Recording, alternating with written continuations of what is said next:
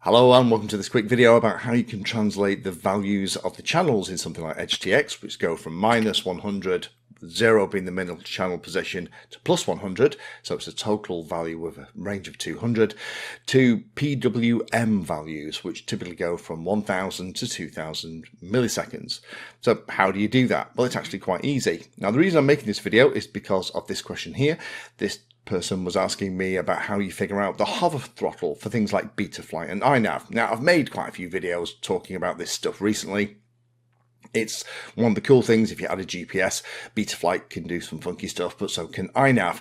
Having the hover throttle set properly is really important. So when you flick into those navigation modes, it doesn't immediately shoot into the air or fall to the ground.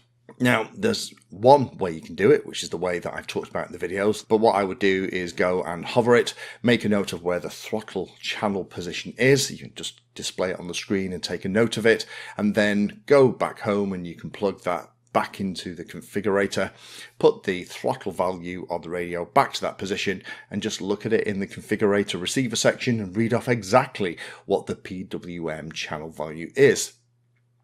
However, you don't have to do that. You can actually use some simple maths.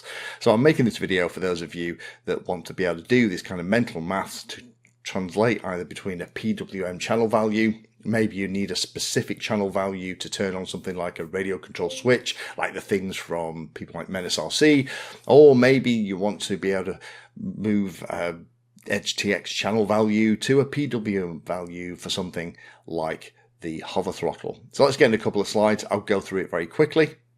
So first of all, let's talk about how you change an EdgeTX channel value that's going to be something from -100 to 0, which is middle channel value, to +100 to that PWM range, which is going to be anything from 1000 to 2000. Now, you can actually see the values of this stuff in the radio, but you can do this quick bit of mental maths.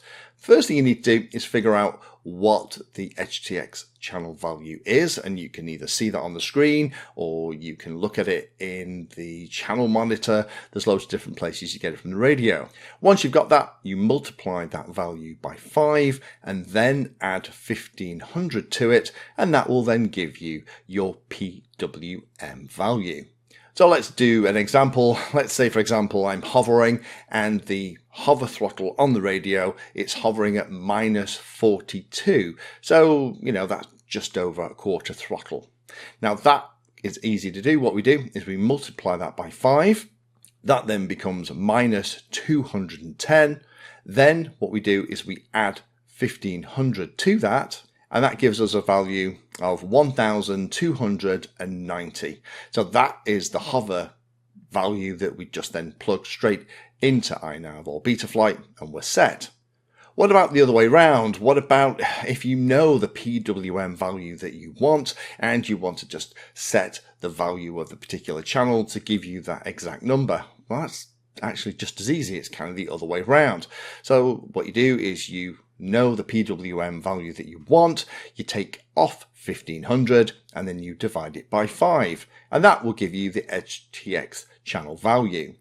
So let's again use an example. Say we have a radio control switch and the value needs to be over 1800 in order to turn the switch on. So let's pick a value of 1850 so that we're comfortably above that value to turn the switch on and it's going to work. Then what we do is we take away 1500, so that's going to leave us with a value of 350, and then we need to divide that by 5, and that gives us a final value of 70. So 70 is the EdgeTX channel value plus 70. So hopefully that's useful for those of you that are playing with things like EdgeTX and PWM values for servos or specific functions. Maybe you have a gear that only drops at a certain level. You can now use these two very simple, easy bits of maths to figure out what the other value should be to make sure that it all works. Thank you for watching the video. If you watch my videos and find them useful, then please take a moment to hit the like and subscribe button. It helps the channel a lot. If you really like what I'm doing here, you can become a Patreon and support the time I spend helping others and get access to lots of exclusive benefits. Link is in the video description. Remember that all the videos on the channel are organized into playlists, so you can easily use those playlists to find all the videos on a subject that you are interested in. Add Painless 360 to your searches on Google and YouTube, and it'll help you find my content for any particular topic. Thanks again for watching, and as always, happy flying.